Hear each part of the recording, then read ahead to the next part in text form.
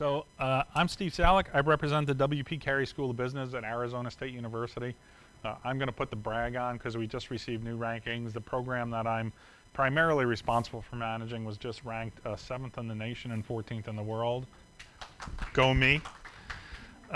So I want to talk a little bit about the Carey School so you can get an idea of kind of the environment we're operating and the capacity we're operating at. So right now we have a full-time development team of 11 people who serve only the W.P. Carey School of Business. ASU as a whole has an enrollment of about 77,000 students now. I think we're, again, the largest public institution in the country. It keeps teeter-tottering between us and I think Dallas.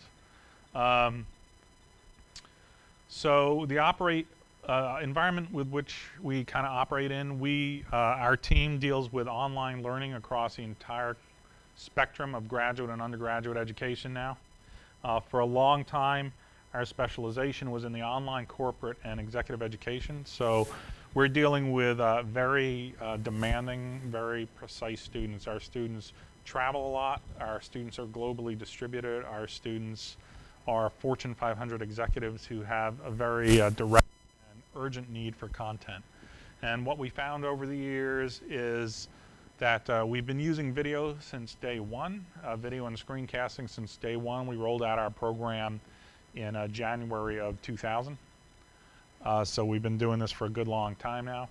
And we've been using video and screencasting since day one, but as most of you know, if any of you have been doing this for any period of time, it was a tremendous pain in the butt for a long time to get video. Over the past 2 to 3 years, social media, primarily social media, has driven an uptick in the use of video and the ability to make it compatible and easy to use. Now it's primarily a no-brainer.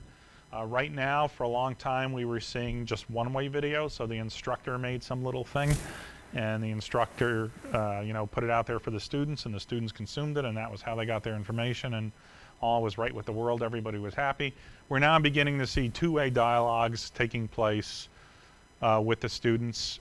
Particularly, a lot of our students are overseas. They're sending in little videos that's saying that's not the way it is in this country that I'm in. So we're seeing little pieces like that where they do something on their iPhone and they post it to YouTube, and then it ends up as a response in the discussion board instead of some long, elaborate, typed out thing. So I want to talk a little bit about student engagement, and most of what we focus on and the model we operate under is this model. This is called the Community of Inquiry Model by Garrison, Anderson, and Archer. This model is a variety of different phases in the community of inquiry. It's social presence, cognitive presence, and teaching presence. If you read their paper, they outline what each one of these things is, and in fact, right down here, there's a brief synopsis of what each one is: social presence, teaching presence, and cognitive presence. Can everybody see that? Because let's see if I can, how's that?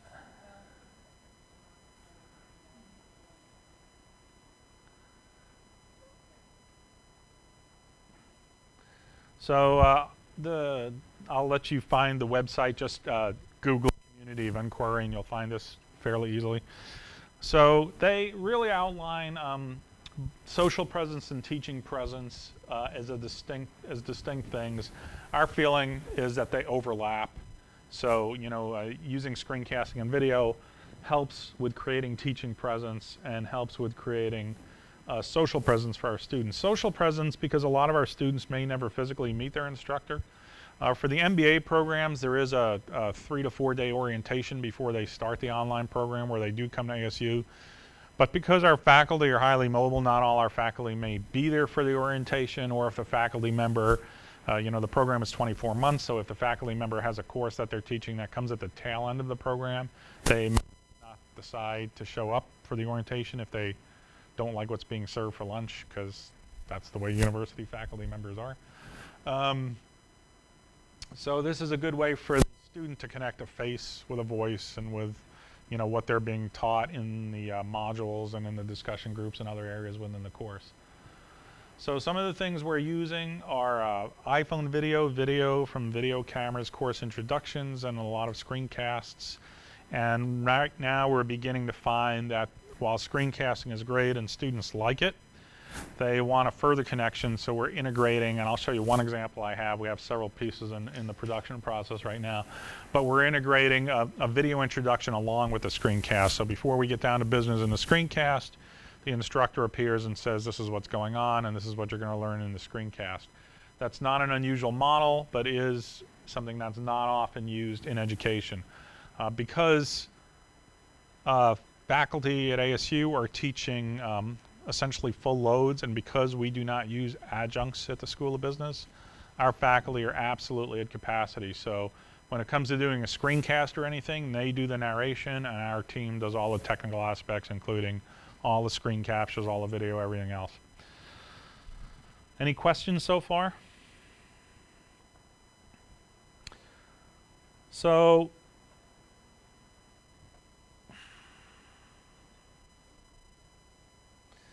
this is an example of a video announcement I did for one of the other talks I gave about TechSmith Camtasia Fuse. One of the tools we're using now is Camtasia Relay. That's a server-based product. I'm sure somebody with TechSmith can explain it all to you. I can if you like afterwards, but I'm not going to take up a lot of time with that. But this was recorded with my iPhone this morning, and the audio isn't really important. But this is a nice response to students, because announcements in an educational environment are a very important part. It lets the students know where they are in the course, what's going on in the course, what's changed, what's urgent. By embedding these video announcements in our courses, we found better compliance rates from the students. So if something actually needs to be done by a certain date, or something pops up and they need to take care of it, the students are more able to take care of it. They're quicker to respond because they're actually connecting a face with the announcement. You can also turn these into kind of gateways to assignments, I guess I would call it. So I taught an educational technology course in the College of Education this fall, and I knew I had to travel like the second or third week of course. So I told the students I was traveling, but I couldn't give any details, and it was a kind of a government subcontract that I was working on, and I wasn't going to tell them where I was, and it was a big secret. So I actually made this video for them, and again, the audio is really not critical here, but I made this video for them from one of the ferries in the Seattle area. So I was heading over to the Olympic Peninsula for a weekend to do some work. And I had somebody who was with me, who was helping me out, assisting me. Their job was to turn me around, grab me by the belt and turn me around so that the Space Needle was over my shoulder.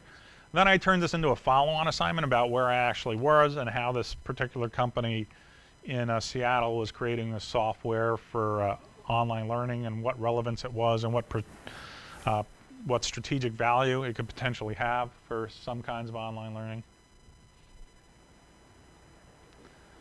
I'm still looking for an app that makes me look like not so fat. I usually cycle regularly, but I've had like really bad tendonitis in my Achilles tendon, so I've been off my bike for like 4 months and not real happy about it.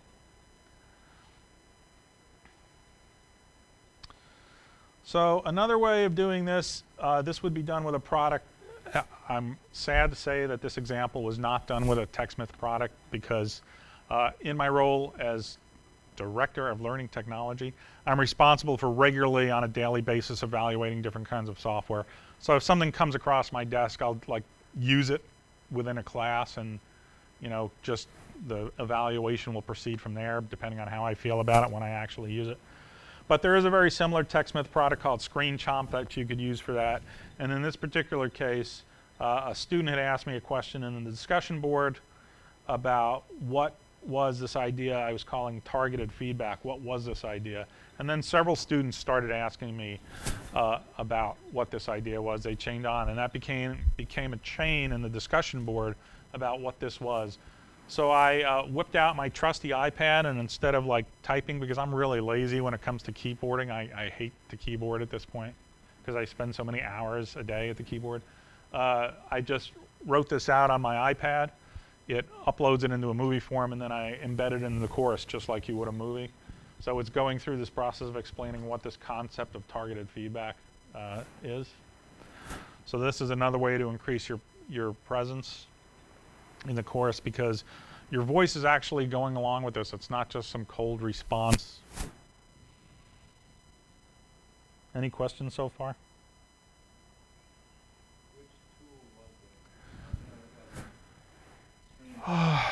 Okay, I was afraid you were going to ask me that. I think it was either Show Me or Educreation. No, it was Educreations. Yeah. So there are a couple of products that are similar to Screencast. They all work in a similar way. They record your action on the screen and then they upload it to a server, and you can embed that video in your course. One of the benefits to one of them, and I don't remember which one it is that you can actually download the MP4 and use it locally. So that's kind of a bonus in a lot of ways for some of the things we're doing.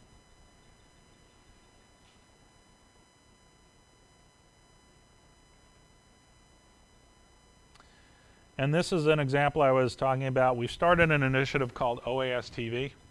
What we're building, believe it or not, yes, we're actually going to attempt this and try it. We're working on a 40-hour certification for our faculty for online teaching. They'll have to take 40 hours of training to teach online. So one component of that training is to start, oh, and this is not the right one. One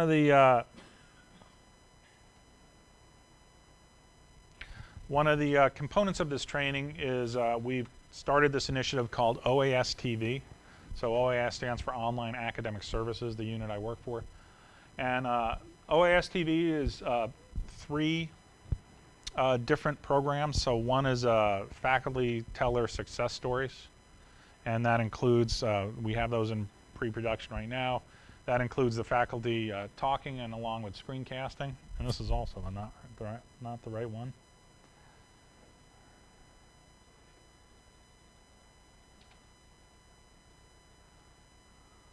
I'll just skip past this because you've watched it enough.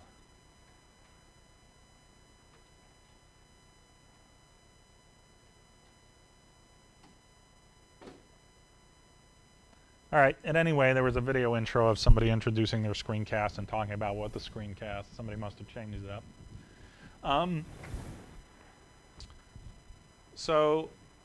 The other added benefit that has for us is because we're working with different groups of corporate cohorts, we kind of take a compartmentalized model. So the screencast itself will be a separate file, and then depending on the cohort it's going out to, we put different branding and different introductions onto it. And the reason for that, it gives the students a more salient overview of what the content is, because now the instructor's saying, in your job at Chevron or in your job at Lucent or wherever you are, you're going to do this, and in this screencast I'm going to introduce this simulation and how you work through it. So then the next client that comes along gets the same screencast, because the process of working through this software simulation, it's a simulation called Littlefield in this case. It's the same for anybody who's working through that as a part of the supply chain management course, but we want them to feel like we're addressing them directly and like this content was made specifically for them. So those are some of the ways we're engaging our students and trying to increase social presence. We are trying to do some more things. One of the projects I'm working on right now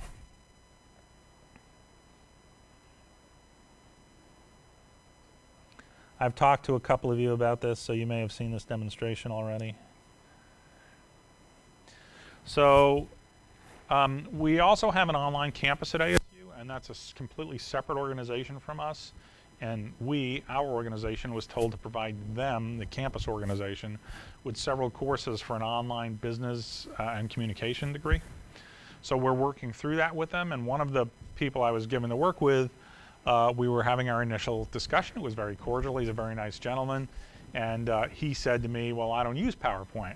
And, we went on with the discussion. And when he said that, what I heard in my head, being immersed in this every day, was, I'm a great lecturer. I'm very charismatic. My surveys are consistently good. I just get up in front of the class and I say my piece and I demonstrate these things. And that's the way I do it on the ground. No.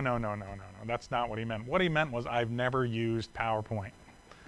So it was an interesting conversation, because I realized as we went on that he was, I was talking about PowerPoint, he was talking about pieces of acetate on an overhead projector. He's still using an overhead projector in the classroom and drawing these equations out. So one of the ways we wanted to engage the students in this course, because this deals with a lot of really complicated concepts like time value of money and some other things that students have a really hard time getting a handle on, was for them to see these problems worked out. So the normal way we would go about that would be we would go down the Khan Academy a path. We'd install either PowerPoint or Smooth Draw or some other application that he could write things out on the screen with, and then give him a Wacom tablet and let him write on the tablet in the equations. And we tried that several times with this particular person, but it wasn't working out because he couldn't make that cognitive leap that when you picked up the pen, when you put it down over here, that's not where the cursor went. I mean, it is, in his defense, it's a learned skill, and that you have to figure out how to use it. And I'm not working on a timeline that permits me to teach him that. So in this particular case, we kicked it old school, but the next series of these is the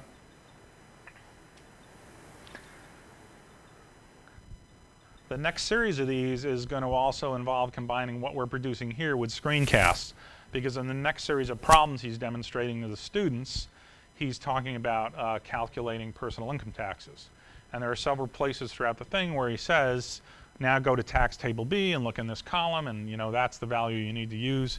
So we're going to do screencasts of those tables, and we're going to combine it. And we're going to combine it with these videos of him working through the problems. And the reason we chose this path, frankly, is it seemed like the path of least resistance. So what I've got is I've got a piece of black poster board on my desk, and there's an outline, and anything that's inside that outline is what gets recorded.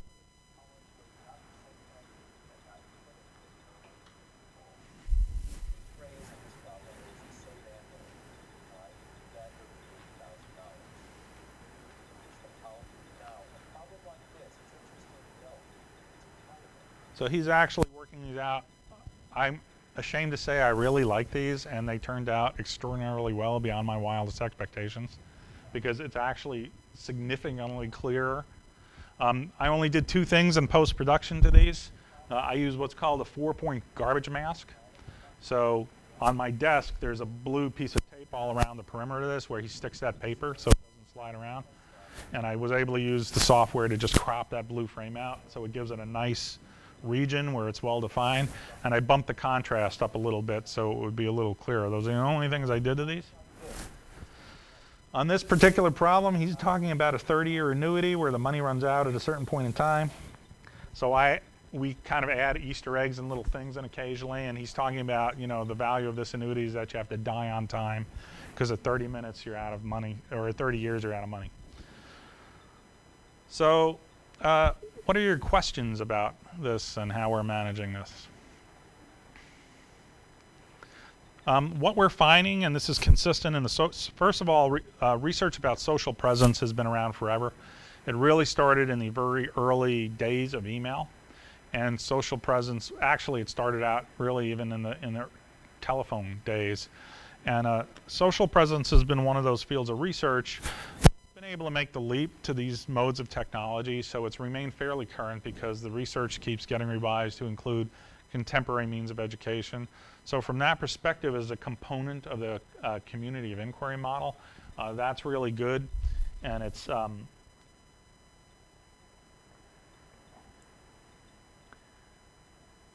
able to continue to provide a rich way to analyze what we're doing and why we're doing it.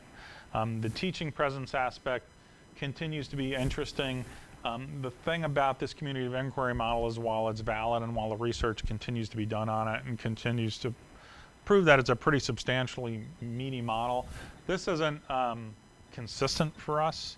So these other pieces of it, setting the climate, the discourse, the content, the educational experience, those things are variables that change with the program, the location of the student, whether or not they're taking a specialization in, for example, supply chain management, or whether it's just a regular MBA degree. So we do tinker with these, tinker with the underlying modes with which we're engaging students. One of the things that's been very effective is because these are MBA students, they're very time-oriented, and they're also traveling a lot. So something that's very important to them is to manage their time very effectively.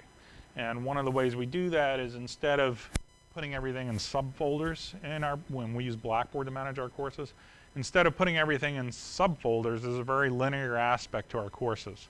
So there's the objectives, there's a checklist, and then the way everything is written down on the checklist, that content is underneath the checklist in that same order. And what that allows our students to do is say, there's the checklist, I can print that out, and now they literally go down the list and check it. But to supplement that linear version of how the course is laid out in Blackboard, most of our faculty now produce a screencast or a video every Monday morning that says, this is week 2, these are the concepts we're going to discuss, this is what's due on a certain day, this is what you need to look out for, this is your academic contact person in case you need help.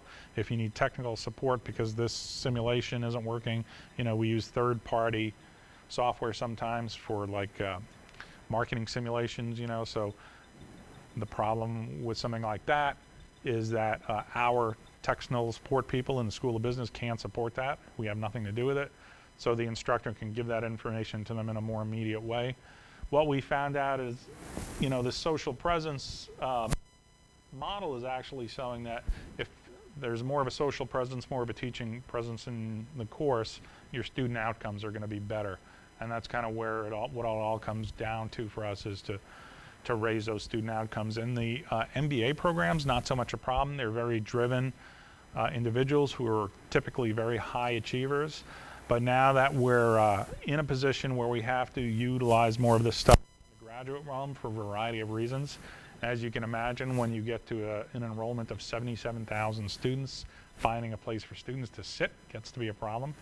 So a lot of this is being flipped into blended courses, where instead of one course meeting twice a week in a single room, it's now 2 courses meet once a week in a room. So there's 2 sections of Finance 300. One group meets in the classroom on Tuesday, on Thursday it's online, and vice versa. One group goes online on Tuesday and meets in the classroom on Thursday. So these are undergraduate students whose attention tends to waver from time to time. I know most of them are high achievers and focused, but we do have a few who need a little extra reminder every now and then to get their work done or to get online and do their stuff. So that's something that's been very effective for us is actually video announcements, or the things that we hear back from the students most often about is how it's keeping them on track and how they have a better relationship with the instructor because of it. Any questions? Was this helpful for anybody? Yes? Really? No? Yes?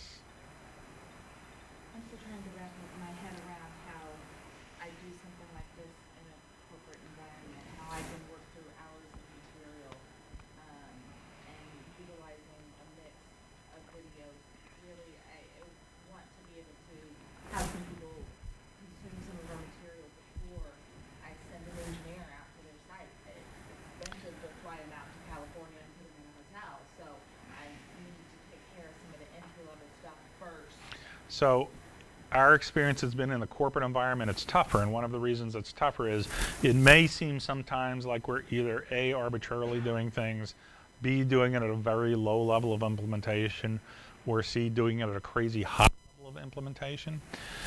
And the reason for that is our typical model is to build it for our corporate MBA students first, because that is the most rigorous environment. Not rigorous in terms of academically rigorous, but it's our most technically challenging environment. Corporate customers have very high firewalls. They have very severe restrictions. I served in the military for 11 years, and I can tell you that it's easier to launch a weapon from a jet plane than it is to log into a corporate laptop.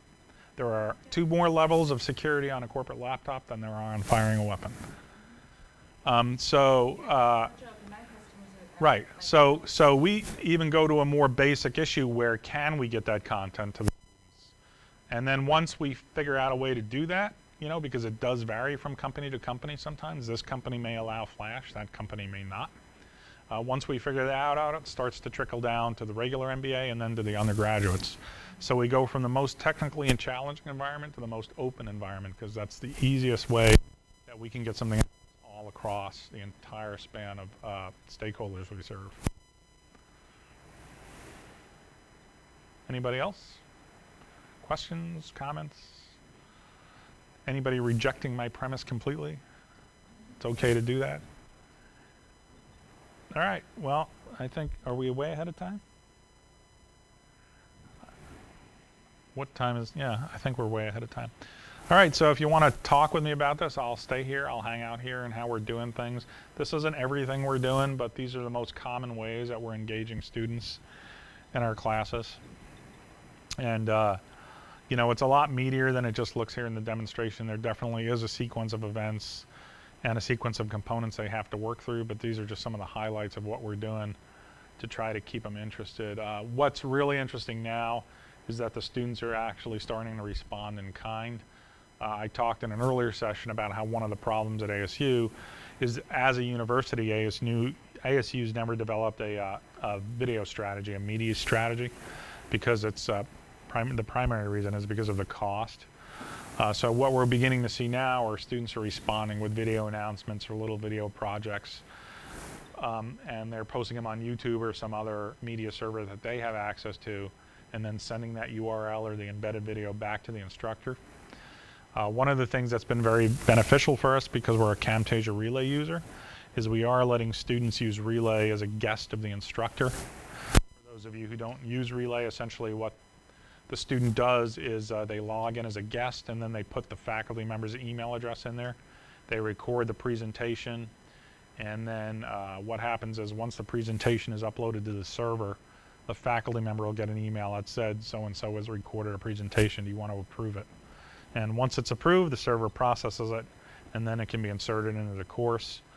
And the latest development we've seen that was kind of unexpected is we had a faculty member use Camtasia Relay to allow their students to hand in projects. And in this particular case, they distributed them for the whole class to watch. So there was supposed to be like some cross, because they're group projects, so there was supposed to be some cross-team discussion about the value of the project and whether they achieved the goal, whether they got the idea of a case study. So it was kind of like a peer evaluation kind of environment.